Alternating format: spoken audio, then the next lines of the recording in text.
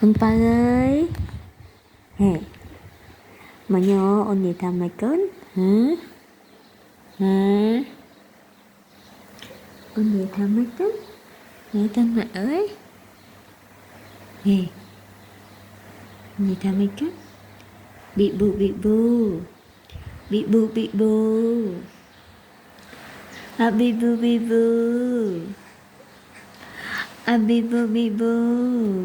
Hả? À bị bù bị bù. Con trai tại đau tía hai. Mẹ dây con tại đau tía đai. Mấy ôn sư sọc tục mình gớt. Ôn sư thăm mấy ôn sư tay cha đau tía này hả? Ôn dày á mà nhớ bị bù hả? Hả? Ôn vậy thăm mày cắt hả? Mấy con hả vì sao ôn gì thăm mày cắt mày nhớ hả? À bởi trai ơi. Vậy mới cất. Anh vậy mà. À.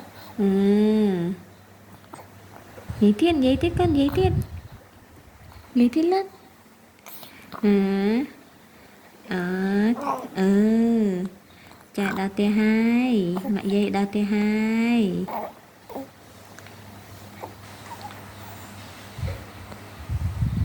Mình vậy bị bu thằng vậy kia la.